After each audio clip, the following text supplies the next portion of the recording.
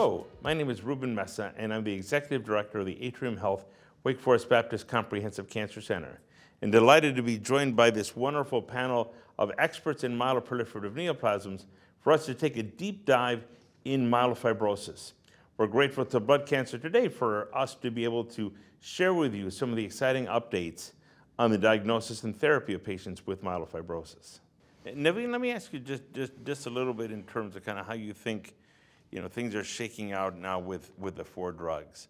Momelotinib and pacritinib clearly have some degree of overlap regarding this issue of anemia. Right. There's no head-to-head data. They both can inhibit ACVR1. What is your kind of non-scientific kind of sense of, what does that look like? How much are people using one versus the other? How do you decide kind of, who's going to get momelotinib or pacritinib?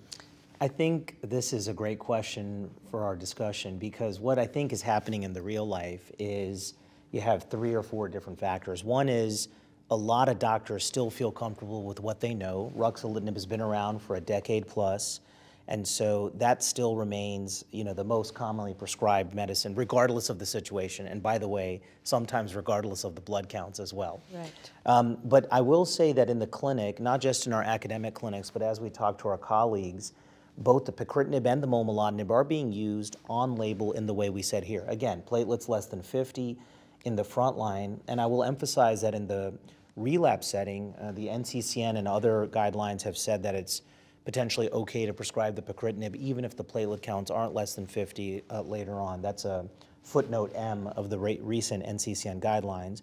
And then the momelotinib, many of our patients have anemia, quote unquote, so that's being prescribed.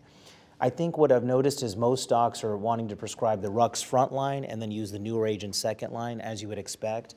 The fedratinib, honestly, has not been prescribed as much of the 4. I think a lot of that is the stigma still from the Wernicke's encephalopathy black box, but also because of the GI in the clinic.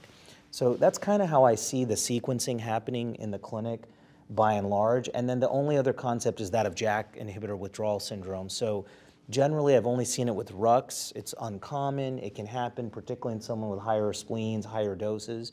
And so there, you may want to be a little bit cautious about tapering down before you switch to one of the other JAK inhibitors. Some people are doing overlap of their JAK inhibitors, so a couple of days where you have dual JAK inhibitor. Not sure we studied that properly in the clinical trials. And then finally, this issue of if you're going to prescribe fedratinib, just go ahead and give thiamine regardless of the thiamine. That's some of the things folks are doing. Yeah, no, I think you raise an excellent point, because the clinical trials don't address it. But Right. I think what we have found in studies like the Freedom study of Rux to fedratinib, and just practical use, that if someone's on 15 or 20 twice a day of Rux, they're probably better off being tapered to a lower level before the change. Right. You have somebody on 20 BID and they're really kind of going full bore. The dynamics of how quickly the other medicines respond, vary. Right. And probably none of them are faster than Rux. Yeah. Right.